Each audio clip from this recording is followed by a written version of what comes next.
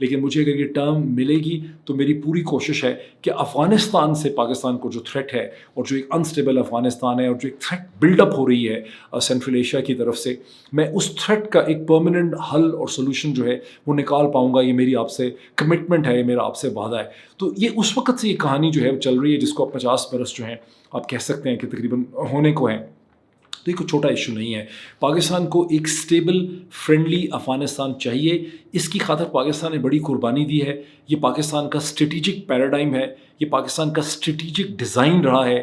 یہی وہ ڈیزائن ہے جس کی خاطر پاکستان نے آپ کی کہہ سکتے ہیں کہ 1979 کے 1980 کے بعد سوویت یونین کے خلاف جنگ لڑی، بیکاز پاکستان یہ چاہتا تھا کہ ایک سوویت انفلوئنس جو ہے وہ افغانستان میں نہ ہو. کم از کم یہ پاکستان کی اسٹیٹڈ پوزیشن رہی ہے جس پہ درجنوں کتابیں لکھی جا چکی ہیں، سینکڑوں مونوگرام لکھے جا چکے ہیں، فورن پالیسی پیپر لکھے جا چکے ہیں، فلمیں بن چکی ہیں. پتہ نہیں کیا کچھ اس کے حوالے سے ڈسکشن اور ڈبیٹ جو ہے وہ دنیا میں ہو چکی ہے پاکستانی پوائنٹ آف ویو کے حوالے سے. جب پاکستان نے امریکہ کے ساتھ، ویسٹ کے ساتھ، سعودی عرب کے ساتھ مل کے سوویت یونین کے خلاف ایک بہت بڑی جنگ لڑی افغانستان کے اندر. اور پھر اگر وہ چیز تو بڑی لوگوں کی جو میموریز ہیں اس سے محو ہو چکی ہے، مٹ چکی ہے، اس کو بہت لوگ ٹھیک طرح سے اب یاد بھی نہیں رکھتے.